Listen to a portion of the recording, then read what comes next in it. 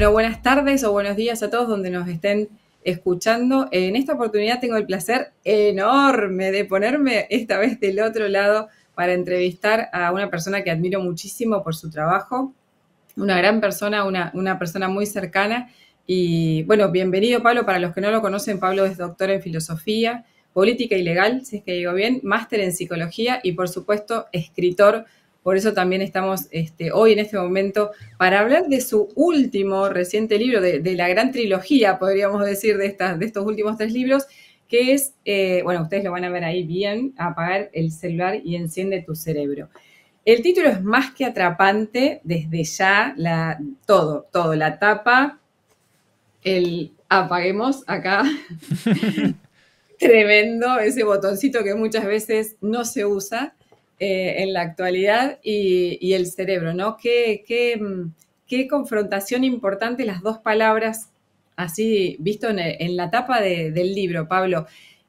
Así que bueno, bienvenido a este que es nuestro espacio, ¿no? Porque vamos a compartir esta programación, este programa con todos. Así es, bueno, gracias enormes. Y por otra parte, mucha gente va a ver este video en mi canal también y va a decir, pero ¿quién es la entrevistadora entonces? Entonces yo te presento, María José Mancino, es psiquiatra, ha estudiado muchísimo, es una de las personas que más campos de la medicina ha abarcado que yo conozca personalmente, porque estudiaste de hecho con una premio Nobel de medicina en Italia, se ha estudiado neurobiología, neuroinmunopsiquiatría, todo lo que tiene que ver con los procesos hormonales en el cerebro y cómo eso puede afectar nuestra conducta, nuestras emociones.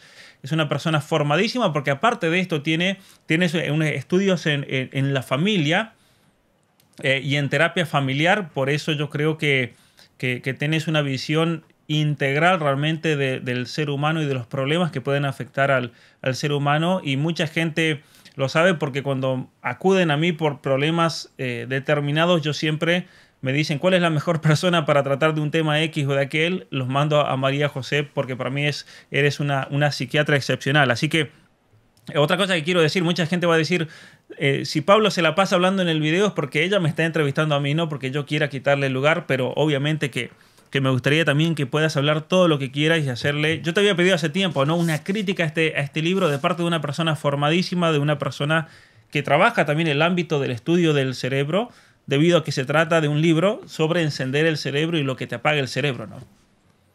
Totalmente, totalmente.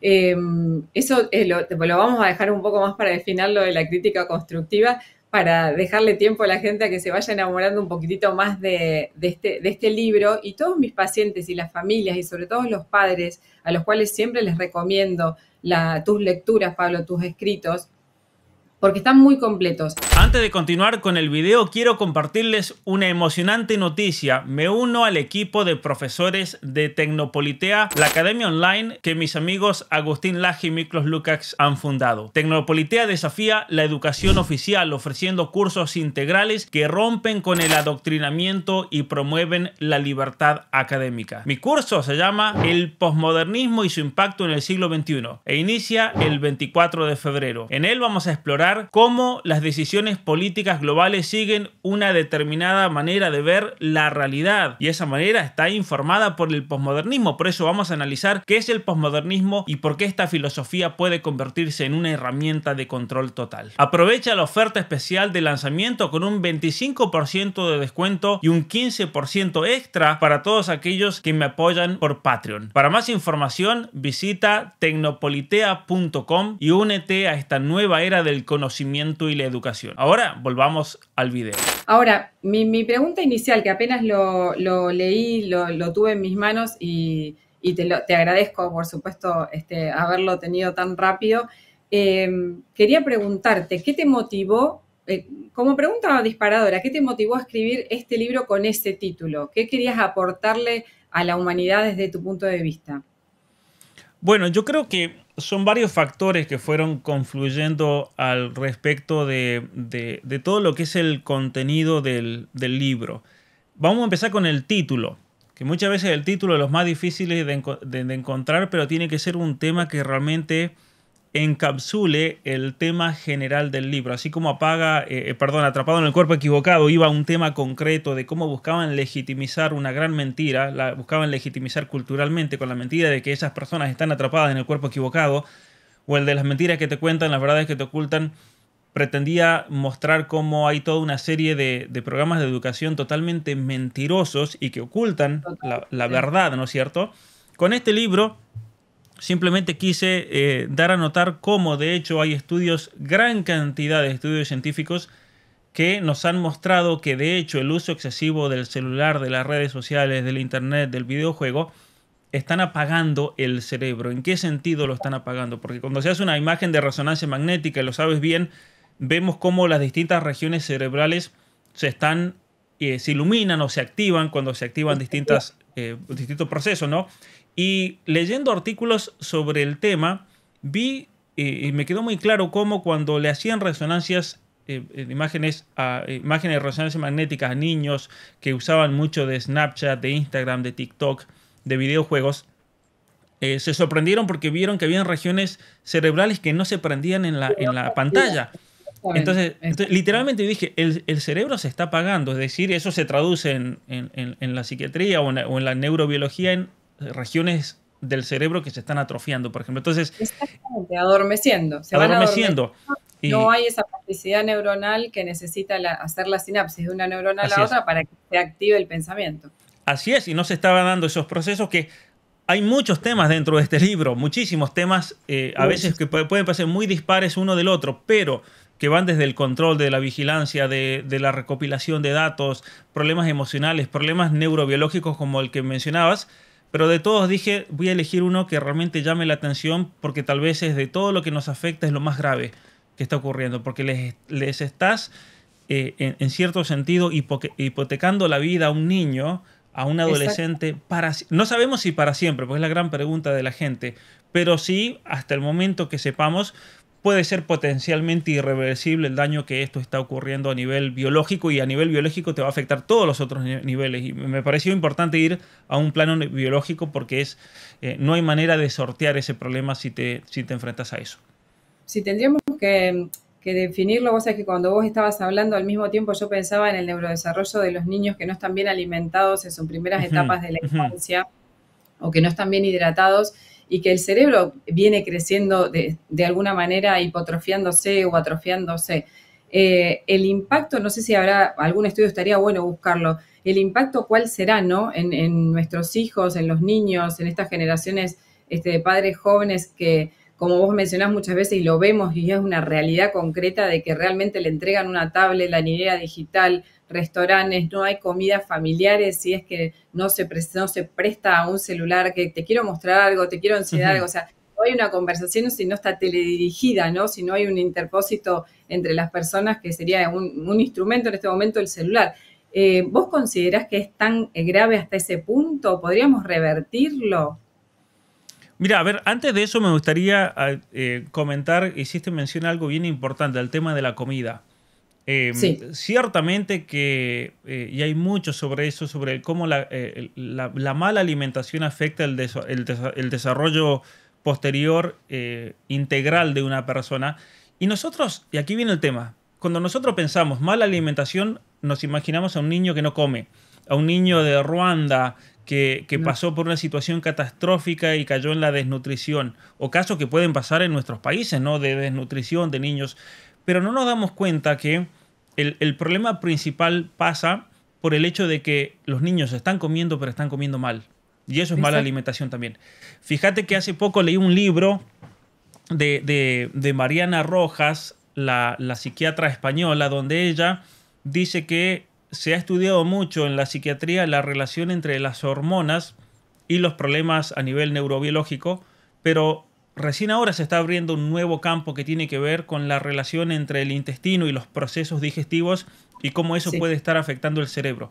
Y pensemos ahora en personas que comen comidas llenas de azúcar, llenas de químicos, llenas de preservativos, y cómo eso puede estar de hecho, y ahí ella menciona algunos estudios que lamentablemente una crítica que le hago a ese libro es que no cita los estudios y es muy difícil encontrarlos por Google, pero es básicamente como el comer comidas que no te alimentan de verdad y que están cargadas de procesos químicos y procesos que implican azúcar y Sí, transgénicos y demás, azúcares, hidratos de carbono. Claro, te afectan en muchas cosas, te afectan en tu estado emocional, te afectan en la depresión, en la ansiedad, en miedos, que de repente hay personas que cambian la dieta completamente a una dieta natural, a una dieta ya basada en alimentos reales, no procesados, y de repente la persona mejora. Entonces, ese es un tema muy interesante para relacionarlo también con el tema del celular. ¿Por qué?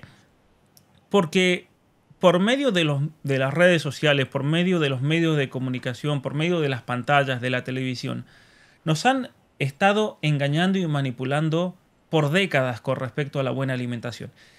Y si bien estamos hablando acá de un tema distinto, es un buen ejemplo de manipulación, de cómo a la gente se le ha hecho creer que la mejor manera de alimentar a un niño es de manera X, siendo que a ese niño se lo ha envenenado. Vi un video de un médico, porque hay que tener cuidado con lo que uno ve en TikTok, ¿no es cierto? En Instagram, tiene que ser No, pues, gente formada, pero sí ahí vamos a las redes sociales en un ratito.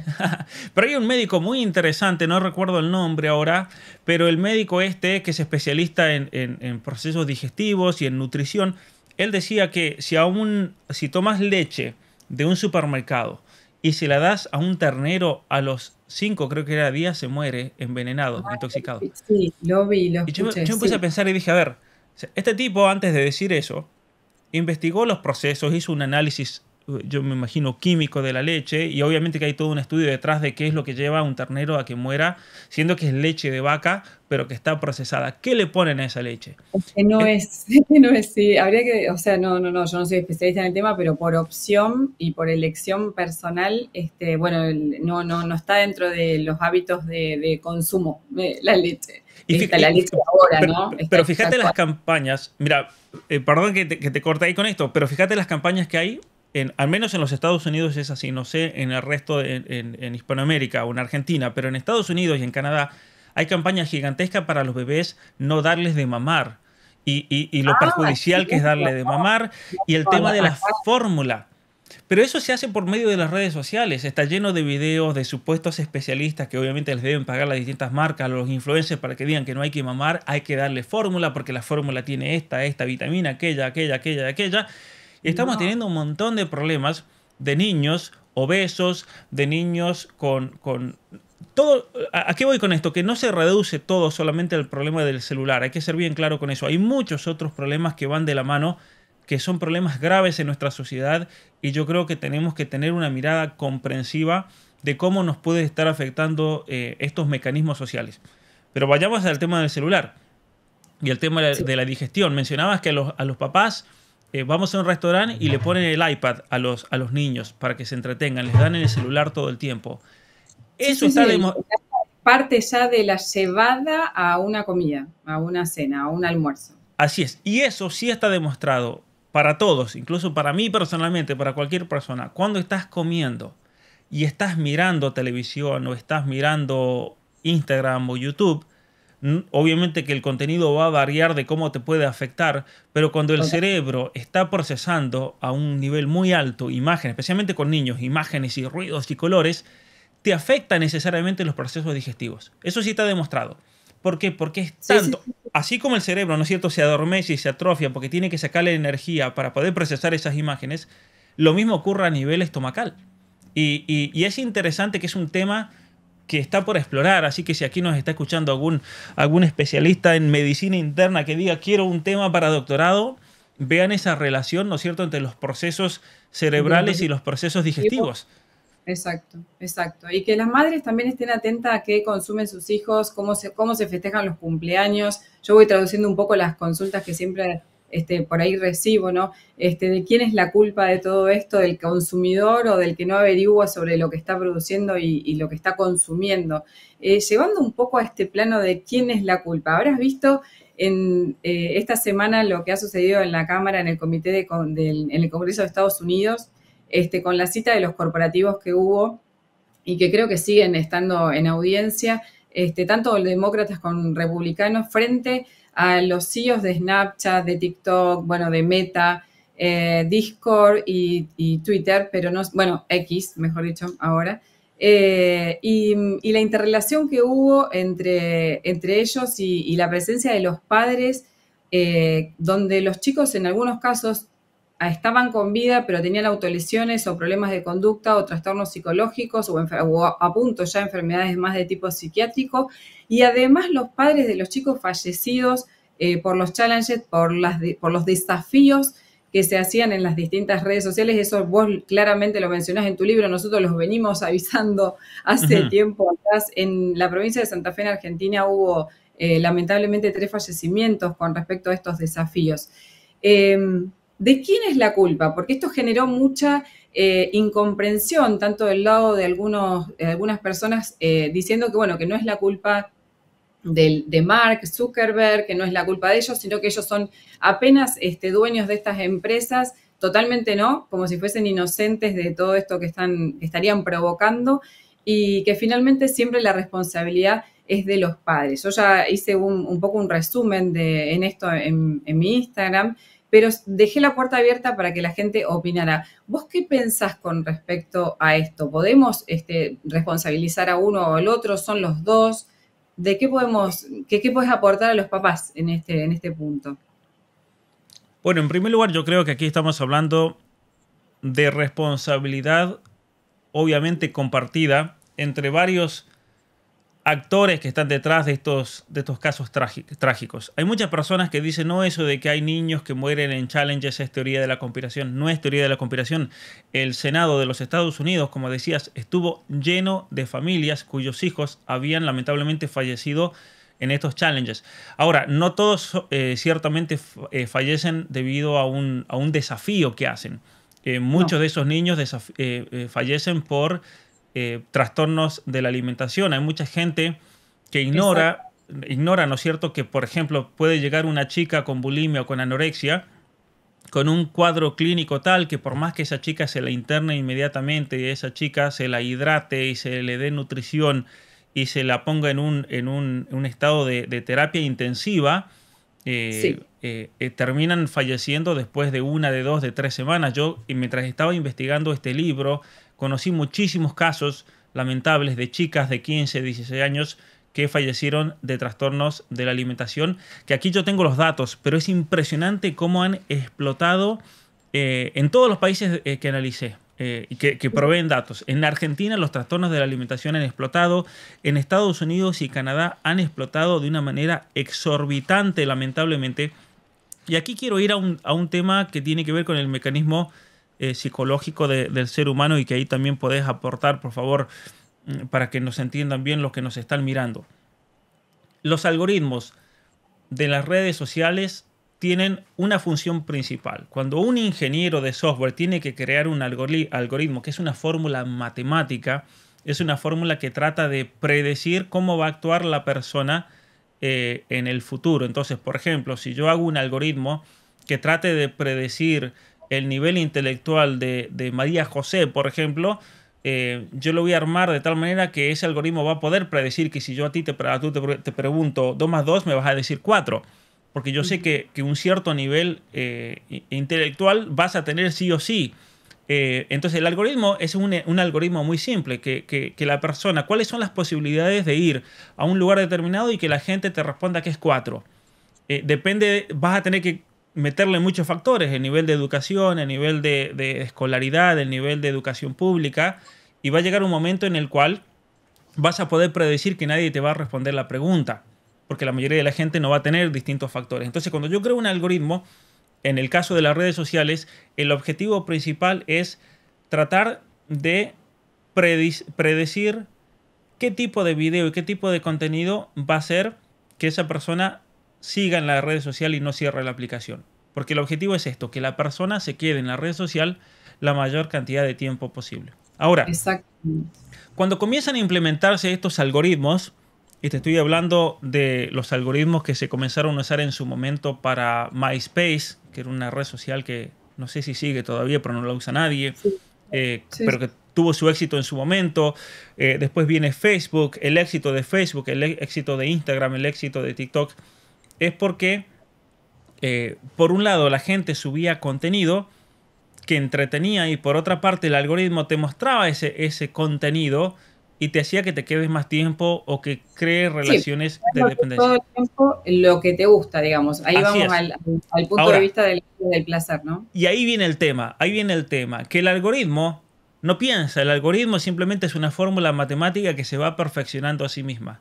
Pero Exacto. lo que ocurría era que cuando la gente iba al celular a ver videos de TikTok o en Instagram, se creaba toda una relación de dependencia a esas imágenes por medio de la liberación de dopamina, que Exacto. básicamente creaba todo un mecanismo de cadena por el cual la persona veía un video y se le daba un flujo de dopamina en el cerebro, esa sensación de placer, y luego otro video le causaba lo mismo, y lo mismo, y lo mismo, y después de 10 minutos cerraba la aplicación y se iba, y el cerebro le seguía pidiendo a esa persona, quiero más dopamina, quiero más placer. Una adicción a la compensación Así dopaminérgica, es, ¿no es cierto? Eso que vos así estás es. diciendo. Entonces lo que mucha gente no sabe es que en realidad son adictos a Instagram, son adictos a TikTok, son adictos a una red social determinada. ¿Por qué? Porque se distraen y piensan constantemente en esa aplicación o tienen un sentimiento muy fuerte de tratar de calmar esa ansiedad yendo a la aplicación. O se distraen en el trabajo, en las clases, pensando en, uy, ¿qué está pasando en Instagram? ¿Qué está pasando en Facebook? Todos estos Tal son cual. síntomas de que una persona padece adicción. Y aquí viene el problema con los algoritmos.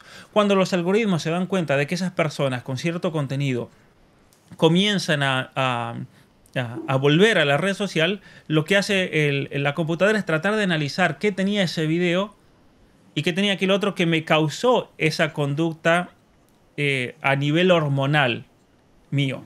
Sin la computadora saber que es por mecanismos hormonales, eso lo sabemos por la psiquiatría, lo sabemos por la endocrinología, lo sabemos por la psicología, pero ciertamente que básicamente el algoritmo lo que comenzó a hacer es crear cadenas de conducta adictiva en millones de personas, y es ahí cuando, aquí viene el tema de la responsabilidad, es ahí cuando vienen los grandes, los CEOs de estas compañías y los ingenieros detrás de datos que analizan todos esos datos, cuando ellos se dan cuenta de que el mecanismo estaba produciendo conductas adictivas, estaba produciendo conductas que generaban ansiedad, que generaban trastornos alimenticios, que generaban trastornos depresivos, que generaban toda una serie de trastornos, incluso de identidad de género. Ellos se dan cuenta. Y de hecho en el libro yo pongo todos esos datos. Esto no es ninguna teoría de la conspiración o una especie No, de no, para nada. hipótesis. El que lo quiera ver, están todos los datos colocados perfectamente Así es. al pie de página y atrás de todo. Sí.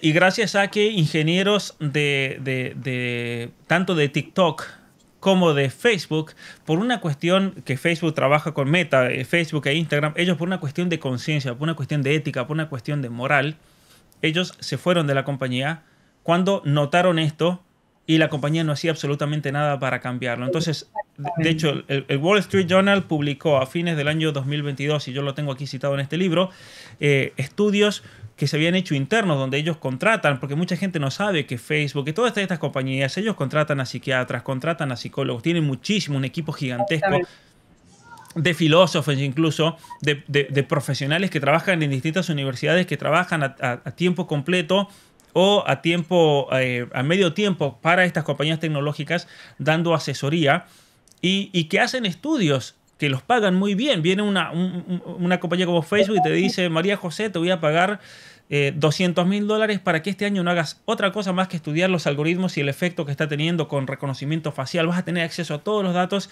y quiero que nos hagas un estudio dentro de Facebook sobre cómo Instagram puede estar afectando a chicas en cuestiones de ansiedad, por ejemplo. Entonces haces un súper estudio de 200 páginas, te pagaron $200,000, le entregas el estudio y Facebook lo tiene. Eso existe, ese material y esos estudios. Entonces, el tema de la responsabilidad pasa cuando ellos se dan cuenta de que cuando una persona, y eso lo sabe muy bien, ¿no es cierto? Cuando una persona está en un estado de depresión, en un estado de ansiedad, en un estado de trastorno alimenticio, también se da de manera conjunta con estos problemas una cuestión obsesiva compulsiva, una conducta obsesiva compulsiva que los lleva a profundizar más el problema. Una chica que, por ejemplo, tenga un trastorno de la alimentación va a tener una obsesión con respecto a su imagen y va a tener Exacto. ansiedad, va a Generalmente tener miedo. los adolescentes, todos los caracteres externos y la Así autoestima es. se ve afectada y uno lo que primero trata de hacer es acompañar sintomatológicamente a ese paciente conductualmente, bueno, desde la fe con los que se puede trabajar también, pero con el hecho de que abandonen y que regularicen su tiempo de uso del celular para que tomen conciencia y empiece a recrearse nuevamente un cerebro que no está funcionando porque no está maduro tampoco emocionalmente. Así es. Ahora, fíjate una cosa. Fíjate una cosa. Cuando una persona tiene todo, porque es un problema, yo siempre a la gente le digo, los trastornos no vienen solos, vienen acompañados de 5, 6, 7, 10 trastornos distintos que son como correlacionados y es muy difícil a veces saber cuál es el trastorno de fondo, ¿no? Pero más allá de eso, ese tipo de personas son las más vulnerables para que pasen mayor cantidad de tiempo en las redes sociales. Y ese es el problema. Exactamente. Es el problema. De estas personas, ¿vos lo querés asociar con alguna comunidad en específica en ese sentido que lleva a los jóvenes a realizar este tipo de actos o para qué lado ibas con respecto a mira, esto? de manera general, cuando vos podés quebrar psicológicamente a una persona y la podés quebrar psicológicamente a una niña de 14 años que esté pasando por la pubertad, que de repente tenga cambios hormonales, cambios físicos muy grandes, ahí tenés un problema de autovaloración, de que no se acepta, que no se quiere a sí misma, que ya no es la misma niña que era antes. A esa chica la podés explotar totalmente y la podés quebrar psicológicamente con imágenes en Instagram. Esto está probado científicamente. Ahora, esa chica va a ser la mejor cliente de Instagram. ¿Por qué? Porque esa chica te vas a asegurar que por esa misma obsesión tenga que pegarse a la pantalla la mayor cantidad de tiempo posible. Con una obsesión que la va a llevar a comentar, con una obsesión que la va a llevar a postear cosas, con una obsesión que la va a llevar a seguir y mirar contenido, con una obsesión que la va a llevar a tratar de aceptar todo lo que el algoritmo le vaya presentando. Ahora, el problema, y aquí viene la cuestión que yo trato en mi libro, el problema es que podemos deducir una relación causal, porque es la única que lo explica, entre el algoritmo y la profundización de su problema psicológico. ¿Y cómo lo vamos a hacer a eso? Y eso es lo que hago yo con el tema de los datos. Cuando entra Instagram en escena, en el 2014, vemos una explosión que ya había comenzado en el 2012, pero en el 2014 se comienza a profundizar de trastornos de ansiedad, de trastornos alimentarios, de trastornos depresivos, de intentos de suicidio. Ahora, el tema por el cual yo también me meto a este libro, los trastornos de identidad de género. Los trastornos de identidad de género se dan en concomitancia cuando ciertos influencers, y en mi opinión, esto es mi opinión personal, porque todavía no hemos podido demostrar, pero pagos por compañías que se dedican a ese negocio, cuando comienzan a promocionar cuestiones de identidad de género, de repente chicas adolescentes comienzan a autodiagnosticarse como tener disforia de género, por ejemplo, y comienzan todos los problemas de mastectomías dobles, de transición de género, de hormonización, de bloqueadores hormonales, todo lo que se llama en el ambiente de la psiquiatría se llama el contagio social, ¿no es cierto? Es un término muy interesante del contagio social de la disforia de género, los trastornos de identidad de género. Que en realidad yo entro a este libro por ese tema, porque yo cuando leo a Lisa, ¿cómo es la Lisa? La doctora Lisa, ya te digo, ya va a venir el apellido. Pero ella estaba en la Universidad de Connecticut y ella saca un estudio muy interesante sobre el contagio social de chicas adolescentes en los Estados Unidos que en masa estaban cayendo en este problema, incluso chicas en cursos donde todas las chicas, hasta 20, hasta 27 chicas desde el mismo grupo social, básicamente hacían transición de género. Entonces ella saca un artículo hablando del contagio social de la disforia de género. Se están contagiando, así como una chica con anorexia o bulimia se puede contagiar de otro grupo que la mete en el problema, lo mismo está pasando con esto. Ahora, yo lo que quiero hacer en el 2018, cuando escribo mi libro Atrapado en el cuerpo equivocado, es tratar de entender y ver si era posible que hayan mecanismos que expandan esto a nivel social. Y es ahí donde me meto en el tema de las redes sociales, para tratar de entender. En realidad este libro surge en parte, uno de los temas era tratar de entender cómo la disforia de género o los trastornos de identidad de género, la ideología de género se esparció. Se esparció de una manera impresionante y que no tenía antecedentes de esta. No teníamos ni uno. De el primer caso de una chica de contagio social fue en el 2014. El primer caso clínico que se conozca, María José. No conocemos ningún otro caso en la historia de una chica que se contagie de un trastorno de la identidad personal después de la pubertad. Fíjate que en el diagnóstico clínico de la disforia de género siempre es algo que ya se ve en la infancia, siempre, el 100% de los casos. Por Sí, ejemplo, sí, 5 años, 4 años, hay alguna especie de trastorno de la identidad y que ahí los padres pueden ir comprendiendo y eso es otro caso, es otro tema. así Si es. bien hay algunas aristas que son parecidas, de distintas confrontaciones, situaciones familiares, hay un montón de cosas que uno tiene que ir analizando, pero no es lo mismo una chica con una vida absolutamente normal, ¿sí? Una infancia normal dentro de lo esperable y las condiciones, digamos, aptas para su vida cotidiana, y de repente que de un año a otro, 2 años, hay un proceso de cambio interior que descoloca a toda una familia en ese Ujú. sentido. Y muchos casos que se ven, por ejemplo, de chicas en los Estados Unidos o en Canadá, chicas que se iban a la universidad entre los 17 y 18 años y venían en las primeras vacaciones para Navidad, se iban en agosto, venían a Navidad y ya estaban haciendo una transición de género. Exacto.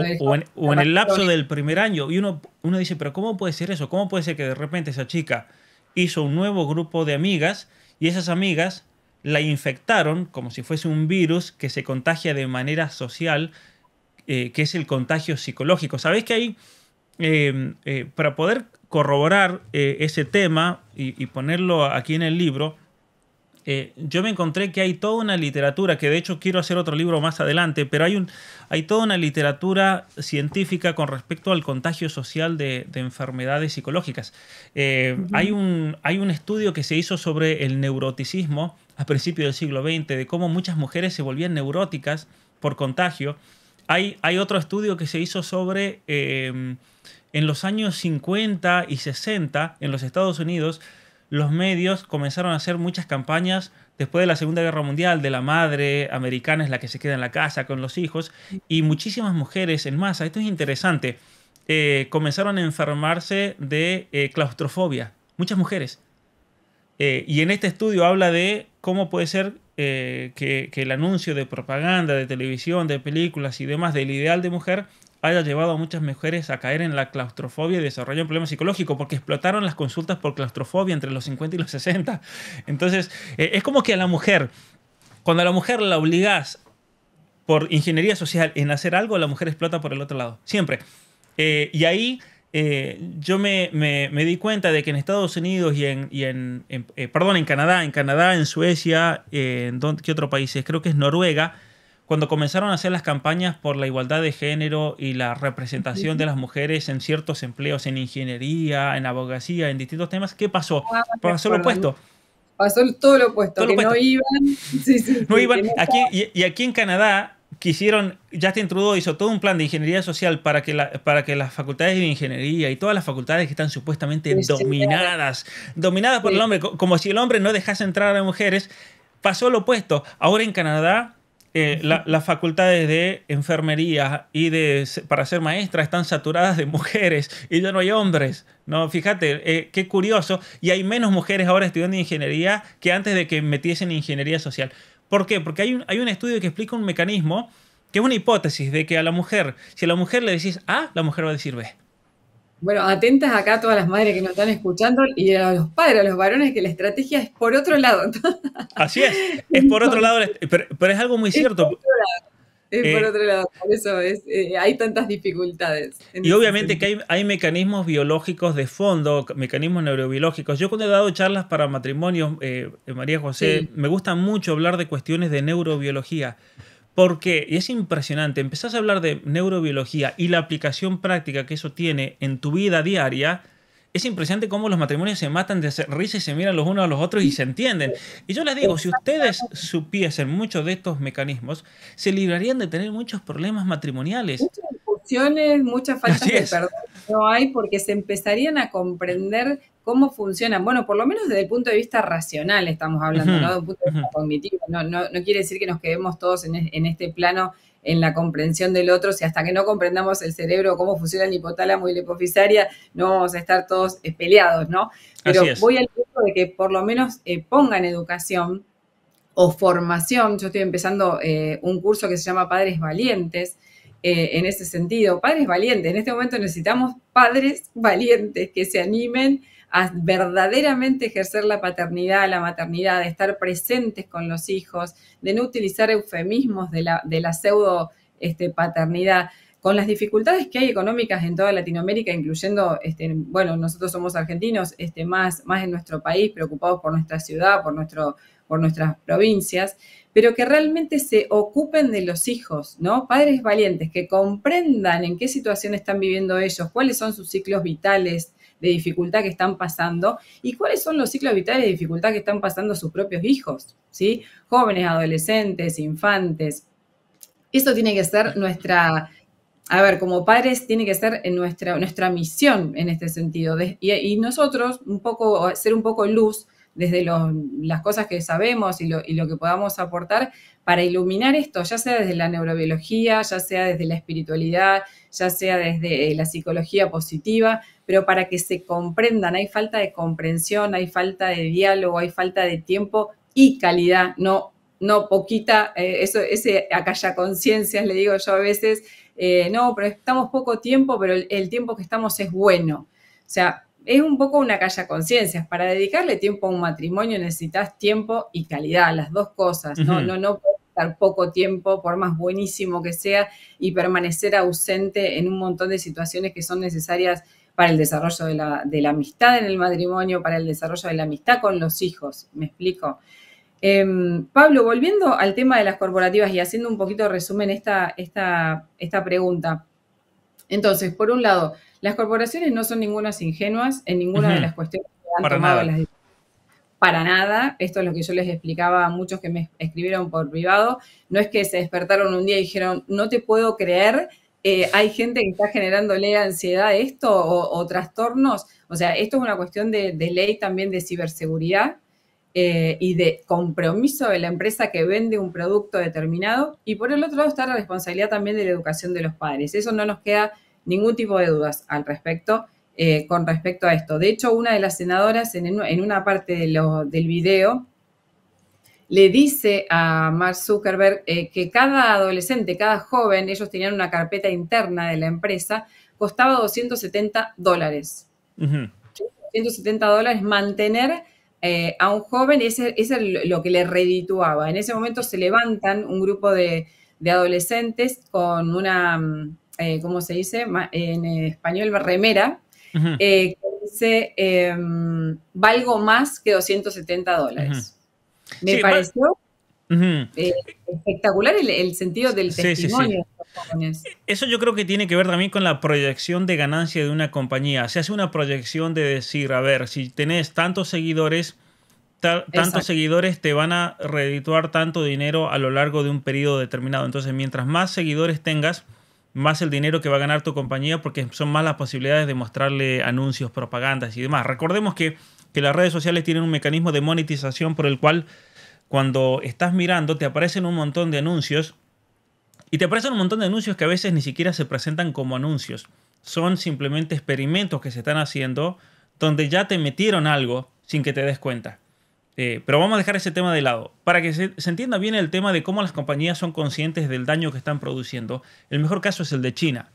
Porque las estructuras de las compañías en China, de las compañías tecnológicas, está armada de tal manera que en la China el aparato militar y el aparato gubernativo están unidos en el Partido Comunista Chino, que representa el gobierno de China. Una cosa es el país China, otra cosa es el gobierno de China. Y en la China han armado las compañías tecnológicas de tal manera que puede venir cualquier emprendedor, cualquier genio de la tecnología y armar una compañía como Alibaba, una compañía como TikTok o como WeChat o con las grandes compañías tecnológicas chinas que son equivalentes a las compañías tecnológicas de los Estados Unidos. Sí. Pero en la China hay un mecanismo por el cual los datos que se van recaudando, todos los datos que se sacan del entorno, de tu celular tiene TikTok y se conecta automáticamente a todos los aparatos con Wi-Fi de la casa y te extraen toda la información a vida y por haber, te extraen toda con la cámara frontal y la cámara de atrás, toda la grabación, te hacen escaneos. Es impresionante la cantidad de datos que extraen. Bueno, es importante lo que vos estás diciendo porque también pasa a ser teoría de la conspiración cuando explicamos alguna de estas cosas. No, pero esto es realidad, porque estos tipos tienen... A ver, si una compañía tecnológica tiene la capacidad de hacer un mapeo de tu casa, lo va a hacer, si lo puede hacer. Porque hay un beneficio muy grande que yo explico ahí en el libro, por ejemplo, China, que mapea todos los hogares de un país, porque de esa manera, por ejemplo, ellos pueden saber qué producto existe, qué producto no existe y se puede ingresar en ese mercado. ¿Para qué vamos a ingresar, por ejemplo, lapiceras o celulares si es un mercado inundado de celulares? Pero podemos ingresar otra cosa o aquella. Pero quiero volver al tema de la responsabilidad de las compañías.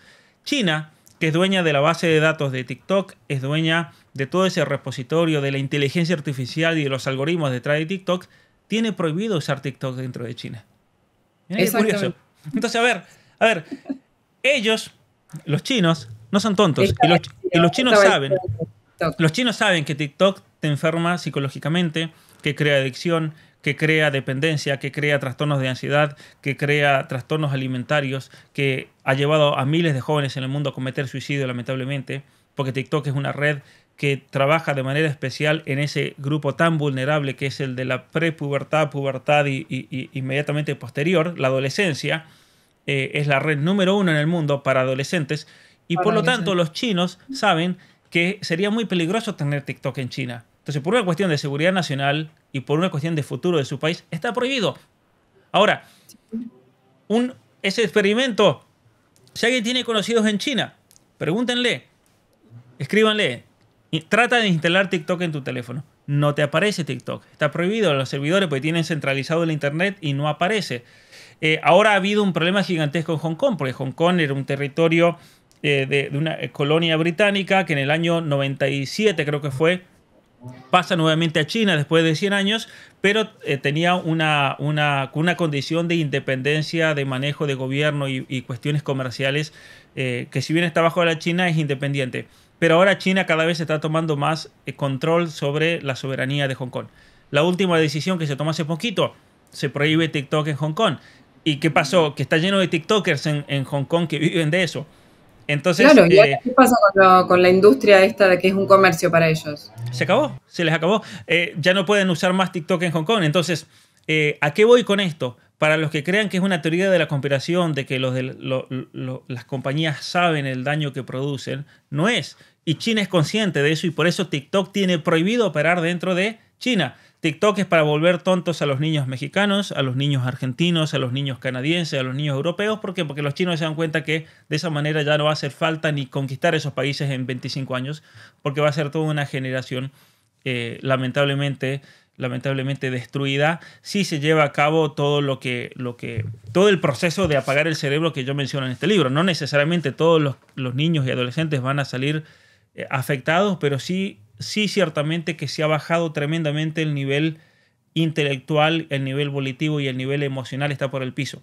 Las pruebas PISA a nivel mundial ahí tenés datos de exámenes del 2022 que demuestran que la educación ha colapsado a nivel mundial. Y hay una correlación. Perdón, sí. Sí, perdón, hay una correlación que no está en el libro porque las pruebas PISA acaban de salir, pero en la versión en inglés sí está. En la versión en inglés sí está.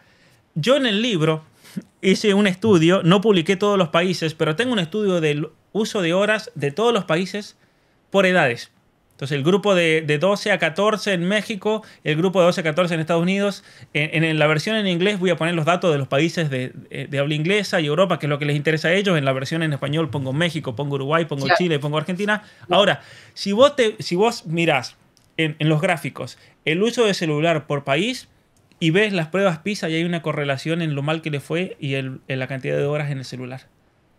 De hecho, México, Argentina tienen niveles altísimos de celular y son de los peores que le ha ido en las pruebas PISA a nivel mundial. Sí. Y tiene que ver con el celular. Y en Argentina hay un factor que está el plan de conectar igualdad. Exacto, conectar, sí, donde se le introdujo tecnología a nivel masivo a un montón de gente humilde que en vez de ayudarlas, en vez de colaborar con las familias para que tengan acceso a la tecnología, han terminado profundizando el problema. Un dato clave también que yo pongo en el libro, en Estados Unidos, donde peor le va en las escuelas es donde más tecnología tienen. ¿Y dónde es que más tecnología tienen? En los lugares pobres. Mira vos, increíble. Uno hubiera pensado, no, pero las familias ricas son las que tienen más tecnología. No, son la gente pobre en los Estados Unidos. Y uno de los grandes culpables El primero es la familia, porque los padres no tienen supervisión sobre sus hijos a la tecnología, en cambio las familias más adineradas y formadas sí tienen supervisión y control. Y el otro problema es Bill Gates. ¿Por qué? Porque Bill Gates, con la mentira de el igualar, el superar las brechas, el superar las grandes diferencias sociales, durante el gobierno de Obama hizo que se centralice la educación a nivel federal. Antes en los Estados Unidos la educación era por estado, como debería ser en Argentina, en tantos lugares, que cada provincia tendría que tener a cargo la educación, no imponerle niveles a nivel estatal. Y lo que hizo Bill Gates fue solidificar, hizo una campaña y lobby, gastó en algunos estados 260 hasta 260 millones de dólares de lobby para que la educación pase a nivel federal. ¿Por qué? Porque al ser a nivel federal, él solamente tenía que hablar con el ministro o la ministra de Educación del momento para venderle el programa de Microsoft que se implementaba en todas las escuelas. Y eso Ahora, para esto necesita la colaboración de los gobernantes, necesita de la los políticos. de políticos, Claro. por supuesto. No es que llega solo el empresario Bill Gates en este momento, sino que necesita, como Así todo, es. ¿no? Como en el tráfico de personas, como en el delito de trata, todo necesita la complicidad de otros agentes que están en el medio como mensajeros, intermediarios de toda esta cuestión. Totalmente. A ver, si en Rosario, por ejemplo, perdón, si en Rosario hay problemas de narcotráfico, por ejemplo, exacto, es porque el gobierno está detrás. Porque, por supuesto. porque a ver, puede haber un cierto nivel de problema que es incontrolable y que va más allá de todo el control que se puede hacer. Sí, puede pasar. Pero cuando llega a niveles como México, cuando llega a niveles como lo que se vio en su momento en Colombia, en Perú, lo que se ve ahora en Rosario, en Argentina, es porque el poder político está detrás. No hay otra explicación. Es parte de la misma corporación de venta, digamos, de drogas. Y es más, vayamos un poquito más allá. Si hay un problema a nivel latinoamericano, hispanoamericano, con el tema de la droga, es porque hay un comprador detrás que sostiene todo ese aparato político a nivel mundial. Y yo le hice una pregunta a un policía de Texas, un state trooper que se llama, que es un hombre que trabajaba en cuestiones de investigación y tráfico de personas y todo. Yo a él le hice la pregunta, a ver, si nosotros comenzamos a escarbar, ¿a dónde vamos a llegar? Y él me dijo, si el FBI investigase, llegaría a políticos del Partido Demócrata. Eso me dijo, y por eso no se investiga, porque caerían muchas cabezas en todo este tema. Entonces, lo mismo pasa con la tecnología, lo mismo pasa con estos problemas de redes sociales, lo mismo pasa con la transformación de la educación, con los programas de ideologización. No son el único agente, pero son un agente necesario, el poder político, que es el que termina dando el visto bueno o haciéndose el ciego en estas situaciones, ¿no? Totalmente de acuerdo. Con el tema de la educación es un gran tema. Yo recomiendo que vean también el video que le has hecho a esta señora que es mamá del estado de Florida, donde ellos comenzaron esta organización Moms for Liberty, ¿puede ser? Así es.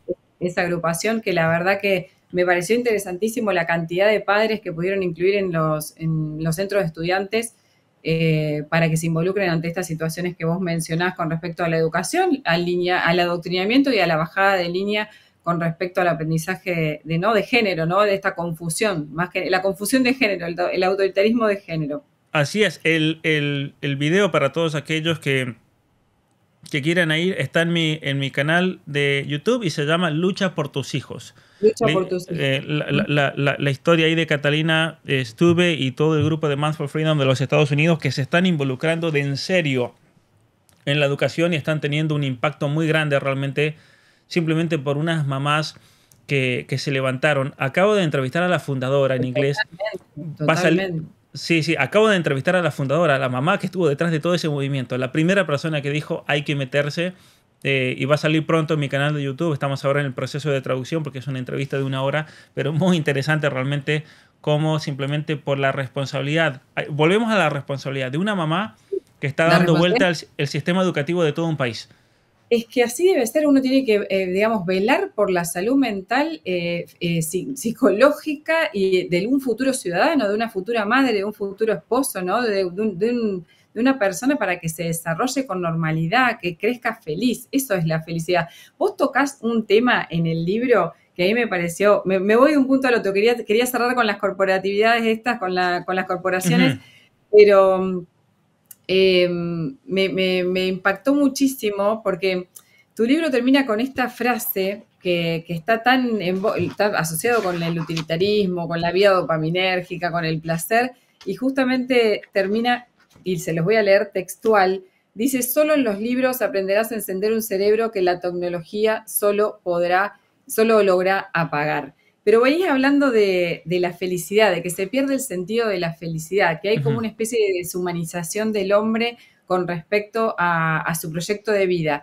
Eh, ¿Cómo convencemos o cómo le diríamos, qué le dirías vos a los papás, cómo solucionar este problema que tienen en sus manos hoy en día, si es que todavía no pudieron cambiar las cosas en su familia? Yo creo que nosotros, Haríamos, ¿no? A eso, sí, sí, ¿cómo estamos yo creo que nosotros hay que tener en cuenta una cosa, nosotros como seres humanos estamos, y esto más allá de la creencia religiosa de cualquier persona, sus afiliaciones políticas, lo que sea, todos Ujú. nosotros como seres humanos somos conscientes de que tenemos una serie de capacidades, por un lado, y que por otro lado tenemos una especie de obligación moral de desarrollar esas capacidades al máximo, como una especie de fidelidad hacia nosotros mismos, como una Exacto. especie de saber y tener conciencia de que si no te desarrollas en lo que pudiste desarrollarte, no vas a ser más que un fracasado, al menos en esos aspectos. Y vivir la vida de un fracasado, vivir una vida en la cual la persona es consciente de su fracaso personal por motivos personales, no estamos hablando de cuestiones de la vida, que la persona nunca pudo llegar a hacer algo que podría haber sido, pero por cuestiones de la vida, de situaciones, no estoy hablando de eso, de lo que la persona por sí misma podría haber llegado a ser. Ese sentido de fracaso y de mediocridad, porque la mediocridad es algo que es una actitud, y es una actitud que es un problema gigantesco en nuestra sociedad. Para mí es el problema principal en Hispanoamérica. La gente es mediocre, hace todo a medias, pero la mediocridad se castiga en esta vida. Para la mediocridad no hace falta un infierno después de que te mueras, porque el que es mediocre sí o sí va a terminar pagándolo en esta vida.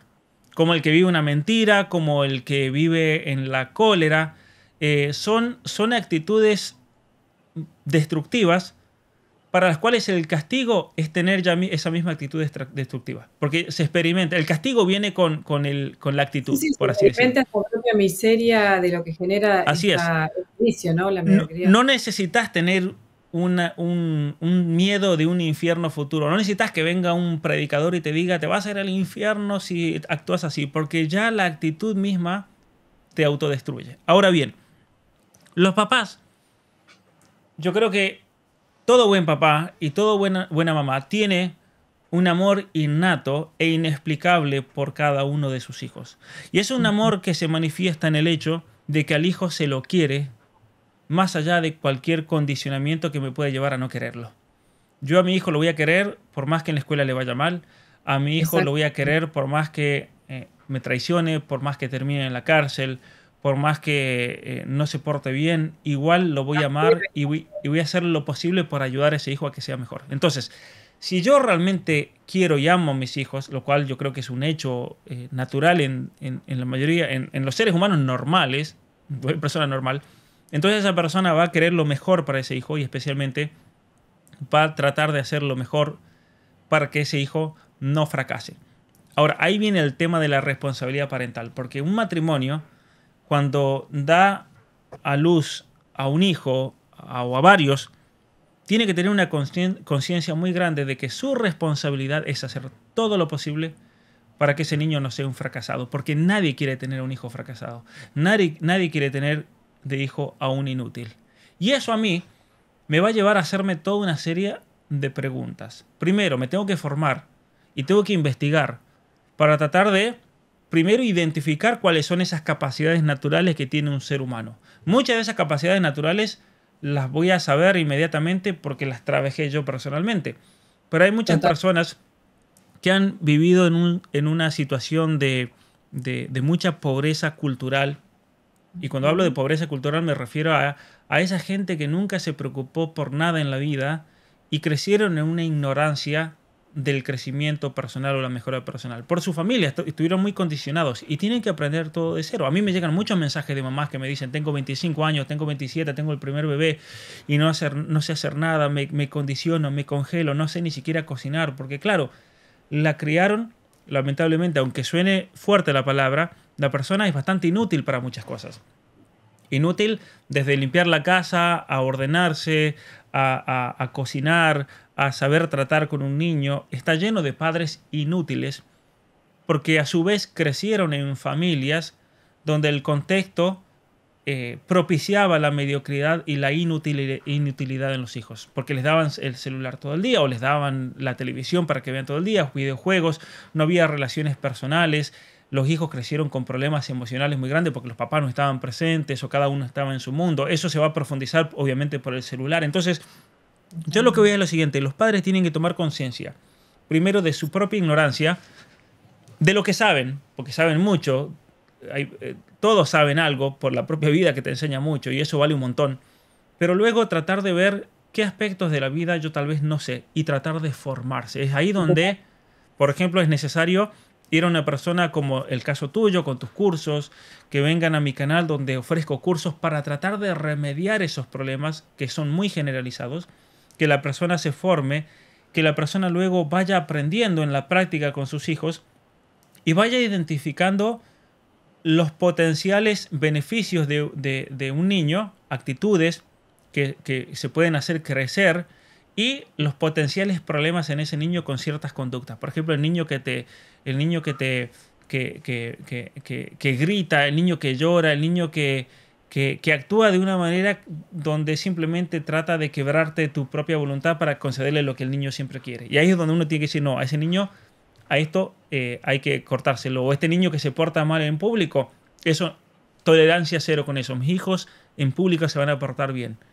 Y se los tengo que hacer saber de manera muy clara, hasta el punto de que la educación ideal es la que previene de tal manera que tus hijos nunca se van a portar mal en público, como ves a veces otros niños que se portan un desastre.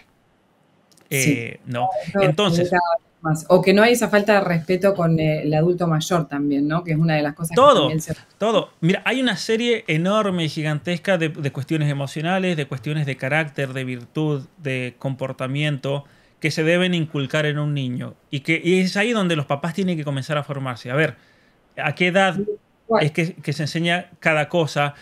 ¿Cómo se le va inculcando a un niño? Hay papás que lamentablemente nunca tuvieron eso y por lo tanto tienen que ir a aprenderlo de otro. Por ejemplo, yo muchas de las cosas que estoy hablando no las aprendí en la universidad, no las aprendí de haber estudiado. Muchas cosas sí he aprendido, pero la mayoría de las cosas de esto que estoy hablando, de sentido común, lo aprendí en mi casa, porque así nos educaron a nosotros. Entonces, yo me pregunto ahora, a ver, y analizo mucho, ¿cómo por ejemplo, de una familia de 9 hijos, que íbamos a comer a un lado, y eso pasaba mucho, María José, íbamos a comer a un lugar y la gente nos miraba y yo escuchaba los murmullos diciendo que irresponsables por ver una familia que entraba con 9 hijos. Eso a mí me dolía mucho escuchar eso. Gente que a mis papás los miraban y les decían que irresponsables. Bueno, cuando uno mira los años y ve a dónde llegaron los hijos, los estudios que tienen, el modo como viven y todo, a mí me lleva naturalmente a decir, yo tengo que tratar de analizar el caso mío, de mis hermanos, de mi familia, lo que sea, para ver qué pasó en la infancia, que todos llegamos a ser un ejemplo enorme de responsabilidad familiar, porque es el hecho.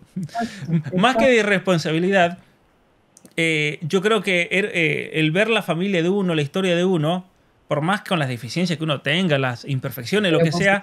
Bueno, uno no es perfecto por tener familia numerosa, pero creces de otra manera, los hijos crecen. A ver, ¿cómo puede ser, por ejemplo, cómo puede ser que una persona llegue a tener este modo de vivir? Eso es más importante que pensar de una manera determinada. Uno tiene que ver a ver cómo lo educaron, para tratar de decir, así yo quiero educar a mis hijos. Tratar de sacar como el algoritmo. ¿Cuál es el algoritmo de fondo que llevó a una persona a actuar? ¿Qué receta aplicaron? ¿Cuál es la receta? Que se ve mucho, Pablo, en relación a esto que vos estás diciendo, que la persona cuando no se conoce a sí misma, no tiene esa capacidad de autoconocimiento, de silencio interior, es muy difícil, independientemente de que no se lo hayan brindado, es muy difícil que también pueda hacer ese clic, porque vive como atontado digamos, con las diversiones del mundo, ¿no? Así es. Entretenido con estas cuestiones. Entonces, esa falta de autoconocimiento, de silencio interior, de la capacidad de encontrarse consigo mismo, tampoco se la puede enseñar al hijo, y porque no lo conoce, no conoce cuáles son sus potenciales dones, cuáles son sus cosas, esa sensibilidad que uno tiene con los hijos para cuál apoyar en esto o apoyar en lo otro. Y por supuesto, otro de los factores que falta, que vivimos en un mundo bastante relativista y bastante materialista, a lo cual me evoca a llevar al egoísmo, es que los padres están ocupados en sus cosas. Ujú. Y enseñan a los hijos a cada uno a ocuparse de las suyas, ¿no? Cada uno va por su carril. O sea, no hay una unidad familiar, ¿no? Ese trabajo unitario de trabajo familiar en la mesa, en determinadas normas que uno puede hacer en la casa, cuáles son las tareas para cada uno, cosas sencillas de la vida cotidiana que hacen que cada uno sea partícipe, ¿no? Tenga esa participación familiar. Entonces, esta dificultad del ruido externo y que no hay esa capacidad interior o esa voluntad para quererlo, también genera estas cuestiones. Los cursos que vos brindás son realmente cursos para padres que vos decís, miren, hagan el curso entero, pónganselo de fondo cuando esté trabajando, pónganselo de fondo en algún momento de descanso, escúchenlos en matrimonio y apliquen luego en su vida diaria para poder dárselo a sus hijos, ¿no? Mira, Ese es un poco sentido. Totalmente. Ahora, hay dos cuestiones aquí que quería mencionar que van muy relacionadas con esto último que acabas de decir. Primero, el gran error que están cometiendo los papás en darles a sus hijos una niñera digital. Porque cuando les das a tus hijos una niñera digital, lo que estás haciendo es quitando un tiempo valiosísimo que debería estar destinado para crecer como familia, para conocerse, para aprender los unos a los otros. Es tiempo perdido, y no solamente que es tiempo perdido, sino que es tiempo perdido y destructivo a la vez. Y en segundo lugar, esto va con respecto a lo que hablabas al principio de los matrimonios y la amistad y trabajar en esa unión. Los matrimonios tienen que hablar mucho entre ellos. Tienen que hablar mucho. ¿Por qué? Porque si quieres realmente tener un plan personal y un plan familiar para el matrimonio, para los hijos, los matrimonios tienen que hablar entre ellos y tienen que pasar mucho tiempo hablando y analizando. Por ejemplo, una de las cosas que yo les enseño a los papás en los cursos que hago, y que de paso por muchos están preguntando, dice, ¿dónde hago esos cursos? En mi canal de Patreon estoy ofreciendo y voy a estar ofreciendo toda una serie de talleres y de cursos muy prácticos para que el que quiera formarse en profundidad con eso. Tengo cursos que están gratis ahí en YouTube que pueden ir a ver, donde hay gente que me dice que los han visto 2, 3, 4 veces, porque mientras más veces lo ven, más lo entienden. Lo internalizan, o a veces van cambiando las situaciones de la vida, y un curso que yo pensé que no me iba a servir ahora, lo veo ahora y realmente me impactó para bien. Pero los papás tienen que hacerse un plan donde, mira, esto es uno de los ejercicios que yo hago hacer con los papás. Usted tiene que tener un cuadernito por cada hijo. Exacto. ¿No? Un cuadernito. Nosotros tenemos un cuadernito. Y a veces le digo más, no hagan archivo en la computadora para que no estén prendidos a la computadora. Si pueden, trabajen con un cuaderno y ahí van anotando cada cosa. Con un cuaderno, es muy importante. Pero bueno, eso mismo que decir, y quiero que nos contes un poquito de tu propia experiencia, pero una de las cosas que yo les hago a los papás es decir, hago un cuadernito de Juancito, de María, donde van tratando de identificar entre el papá y la mamá cuáles son el potencial que le ven a ese hijo. ¿Qué defecto tiene? A ver, ¿qué problema está teniendo el hijo? Porque hay cosas que capaz que a la mamá no le va a molestar y al papá sí, y es muy importante, porque hay cosas que la ve el papá y la mamá no la ve, y muchas veces las mamás consienten a los hijos y es muy malo, y el papá es el que se lo puede hacer notar, y a veces al revés, a veces hay problema que el papá no lo ve y la mamá sí lo ve, o a veces la mamá lo puede exagerar porque pasa mucho eso y el papá le baja el nivel al 50% del problema, no al 100%. Es genial. Esas conversaciones semanales que hay que tener tanto como para los hijos como para separadamente como para el matrimonio. Eso les digo, una salida semanal está dedicada a los hijos y hablan de los hijos, perfecto, pero hay una salida que es dedicada a ustedes y no se habla de los hijos. Así es. O sea, dedicarse a hablar de ustedes. Y sabés que el matrimonio que haga eso salva el matrimonio. Tienen que hablar entre ellos. Tienen que hablar, discutir, no importa si se pelean, si no están de acuerdo, no importa, pero tienen que hablar muchas personas me dicen a mí, Pablo, pero cada vez que nos ponemos a hablar con mi esposo terminamos discutiendo. Y yo le digo, bueno, lo que pasa es que el problema es que no saben hablar, porque discuten.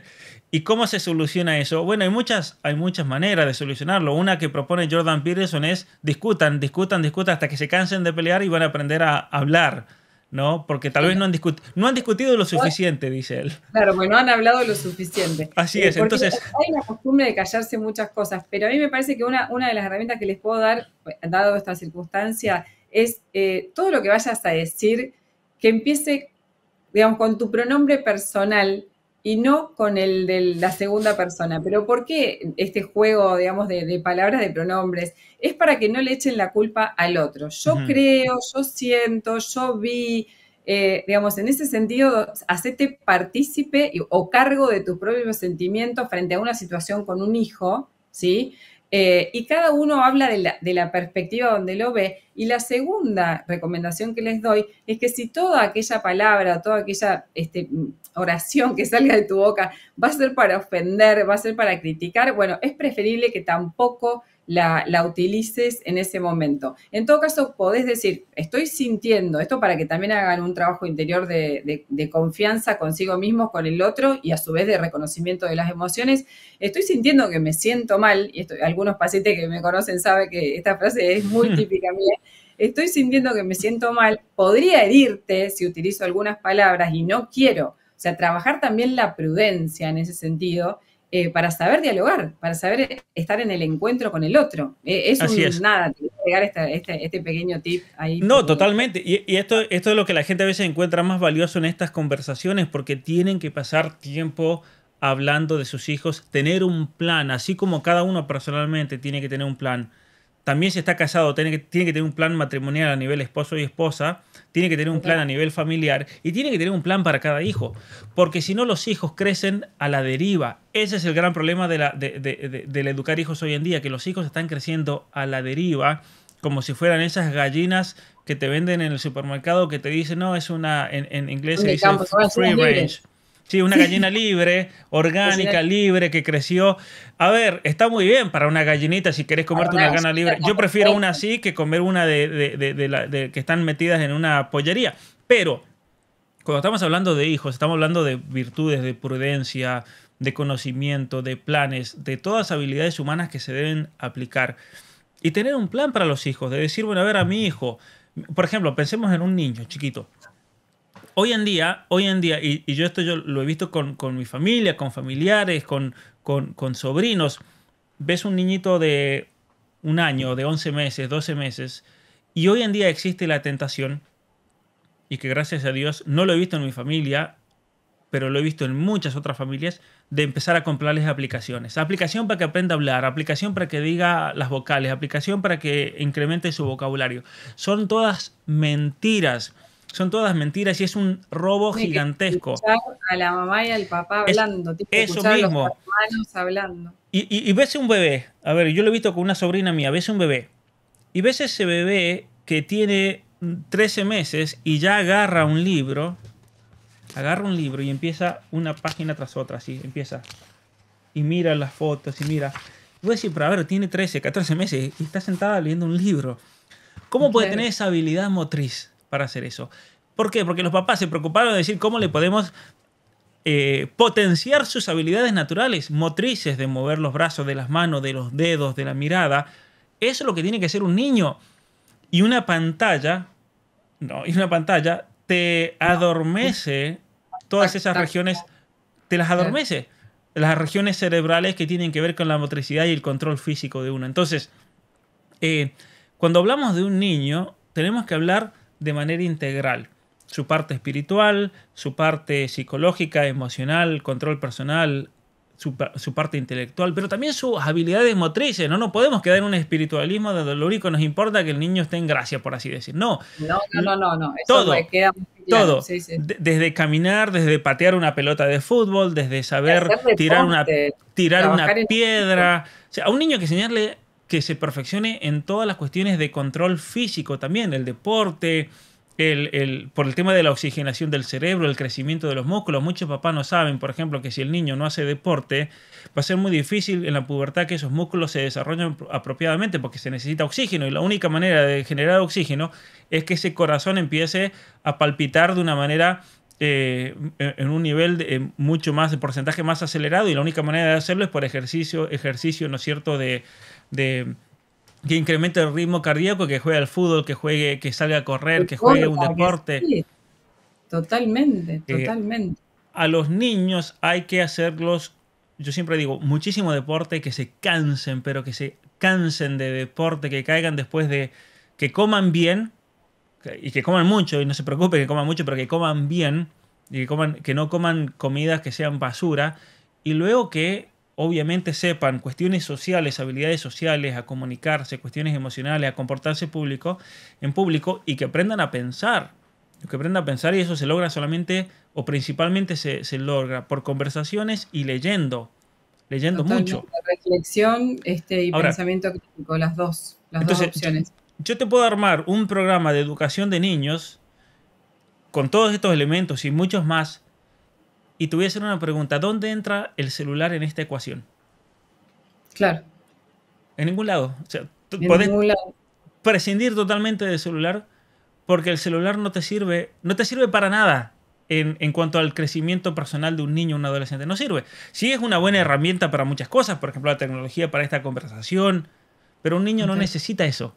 No, para nada. Cada vez casos más chicos de chiquitos con celular, menos de 8 años, inclusive en Argentina, cosa que yo pensaba que no, que no lo íbamos a ver tan rápido, pero sí existe mucha inseguridad, entonces los papás la excusa sería me quedo más tranquila si tiene el celular porque sé dónde está, no sé, nosotros nos hubiéramos muerto básicamente cuando éramos chicos porque estábamos así, salíamos y ahora volvemos y tomábamos colectivo y bueno, teníamos otra... Mira, una anécdota que hoy en día un niño jamás lo haría, yo creo, pero cuando yo tenía 9 años, 10 años, vivíamos en medio de la montaña en San Juan, en la montaña, y había que tomarse un colectivo que era como 4 horas para ir a la capital.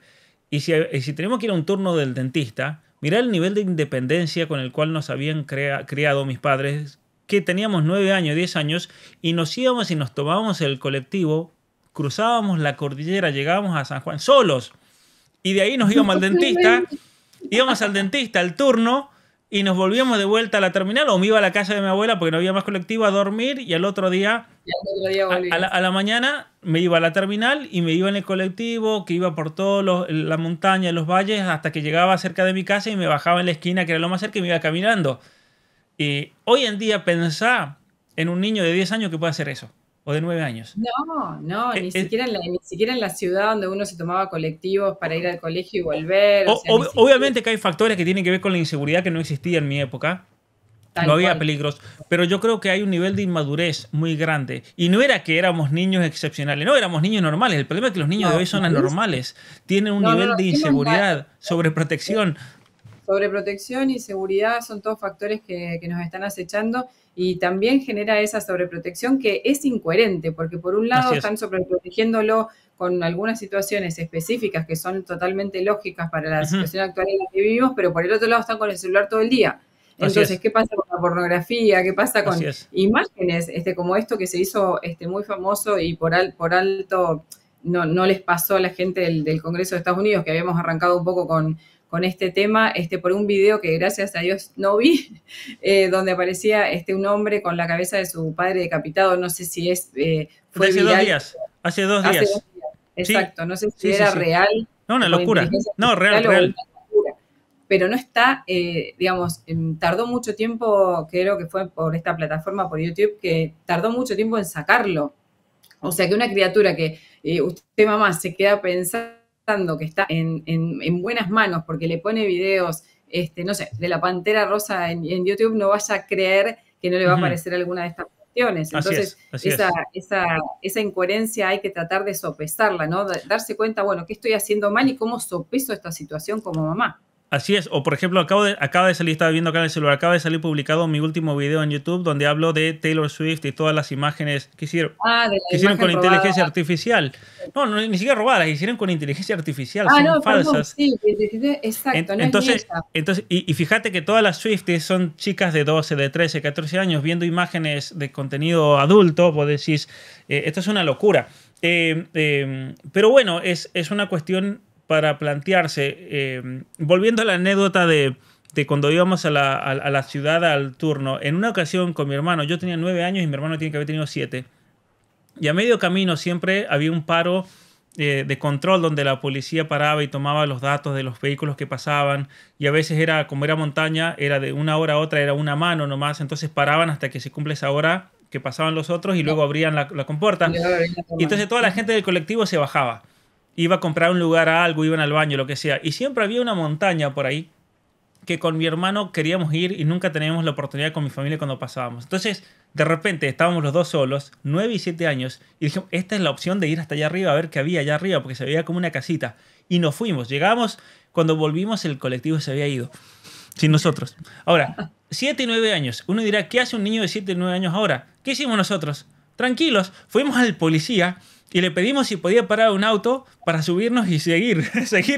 Y todavía quedaban 2 horas de viaje. Y lo hicimos. El policía paró un vehículo, dijo, estos 2 niños se quedaron, se fue el colectivo. No, pero es impensado. Antes te educaba el verdulero, te educaba la Así es. señora del almacén. Eran todas personas, digamos, confiables dentro del ámbito. De la Eso pasaba. comunidad, Era teníamos una comunidad. comunidades. Obviamente que en el campo es mucho más fácil y yo me crié en un ambiente de comunidad donde todos se conocían y se ayudaban y el policía nos vio y Exacto. sabíamos quiénes éramos y el policía, yo no recuerdo, pero seguramente usó el criterio de vamos a parar una familia, que sea una familia, los vamos a mandar con cualquiera y nos subió una familia. Y más Claro. adelante el colectivo se había parado porque se dio cuenta que no veníamos nosotros dos, entonces paramos y nos subimos, pero Era fíjate que impensado eso en la actualidad. No sé si hay alguna situación impensable. que alguno esté pasando que sea parecida a esta, pero impensada, Pero es impensada. impensable porque fíjate qué rápido que se han deteriorado las comunidades, Eso es otro de los problemas. lamentablemente. Hoy en Deterioradas las día, familias, deterioradas las comunidades. O sea, oh, es una condición que va sine qua non, ¿no? yo nunca crecí en una ciudad en la Argentina, pero sí sé, por una tradición en Argentina, que era muy común el estar en la vereda, por ejemplo, jugar en la vereda, Sí, ¿no es cierto? Salir a la vereda, estar ahí conversando. Hoy en día la gente tiene miedo de salir en ciudades como Buenos Aires, por ejemplo, porque no sabe qué te sí, puede sí. pasar, te pueden robar. ¿Qué ha pasado? ¿Qué ha pasado realmente? O en Hispanoamérica en general, vas a México y la gente te cuenta, México hace 40 años lo pacífico que era, nadie cerraba las puertas hasta que entra Sí, el sí, sí. problema de la violencia y el narcotráfico. Entonces, ¿qué ha pasado que se han descompuesto las comunidades? Podemos ver cómo el celular está acelerando ese proceso de descomposición y las redes sociales y todo. Y podemos ver también cómo si nosotros queremos formar bien a nuestros hijos, sí o sí tenemos que armar una comunidad familiar, tener una comunidad y que el Exacto. celular me la va a destruir, Netflix me la va a destruir, el televisor me la va a destruir.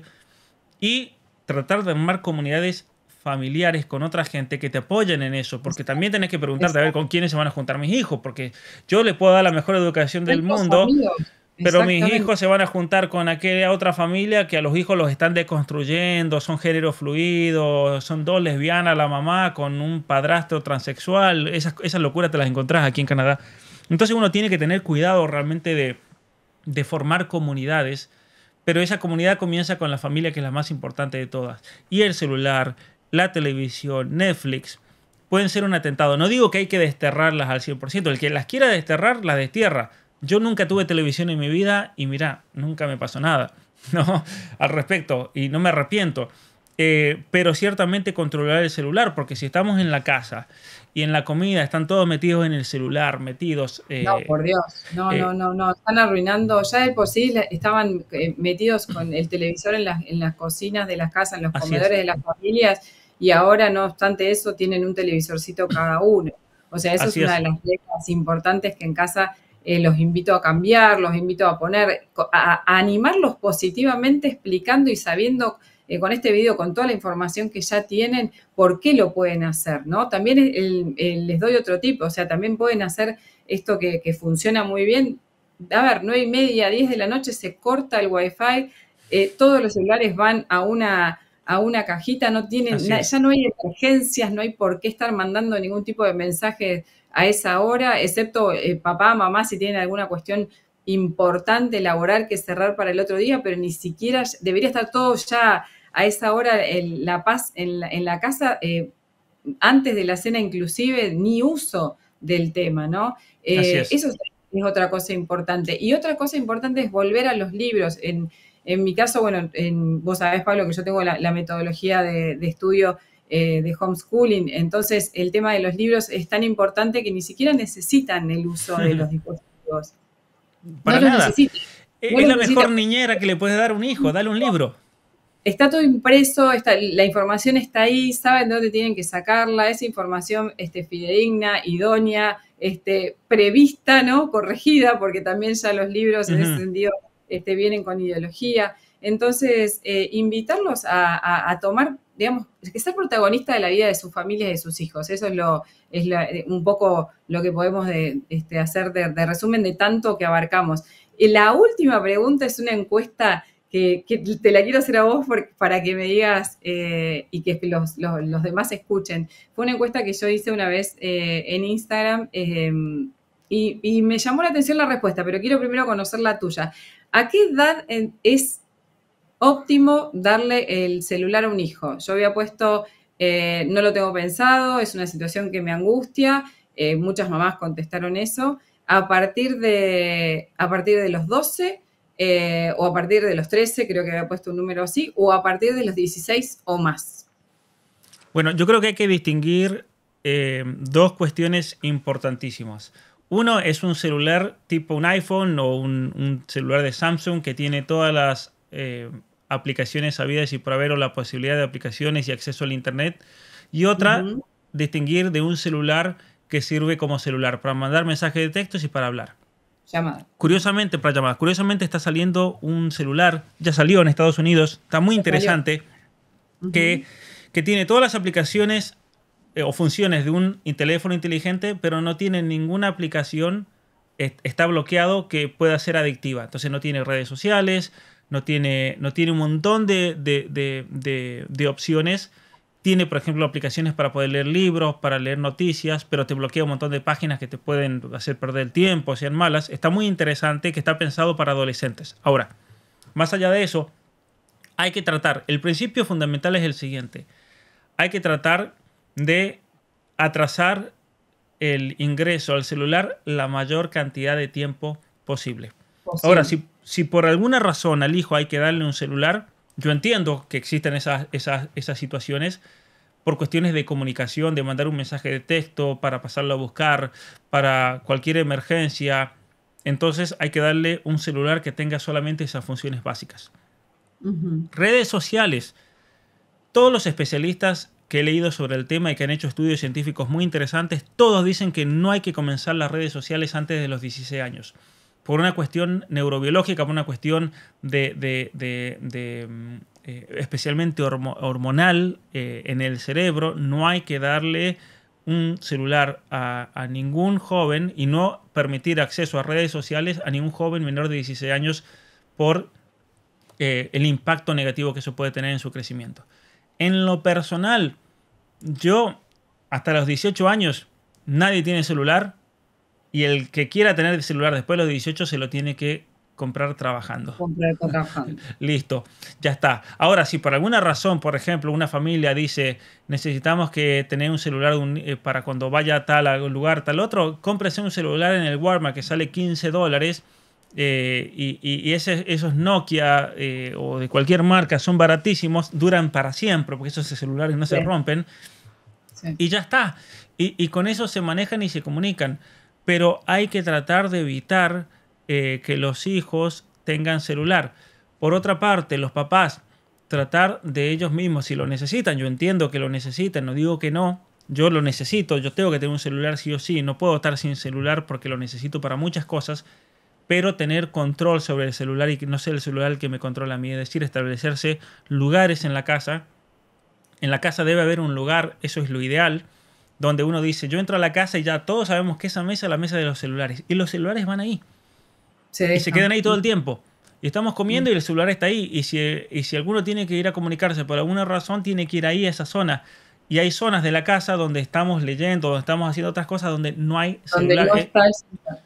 Eso es ideal, que tengan zonas libres de celular y que se sepan la familia, de tal manera que no se distraigan. Porque un factor, por ejemplo, que yo lo pongo en el libro, distractivo, es cuando los niños se distraen, no solamente por ellos tener un celular, sino porque hay otro niño usando un celular. Y es Pero interesante los totalmente estudios que se han hecho.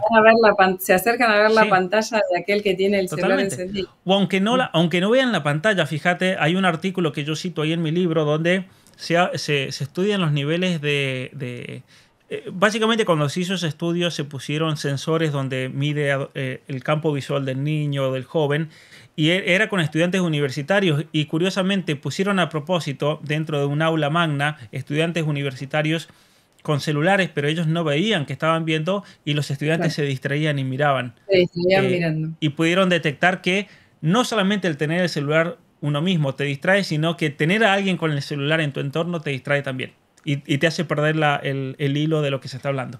Y por eso es importante crear. Atención. Así es. Y por eso yo también uno de los consejos, porque doy muchos consejos también en este libro para que la gente sepa, es creen zonas libres de celular en la casa. La habitación que sea libre de celular. La habitación, ni que hablar. El lugar donde se come y el lugar donde se estudia.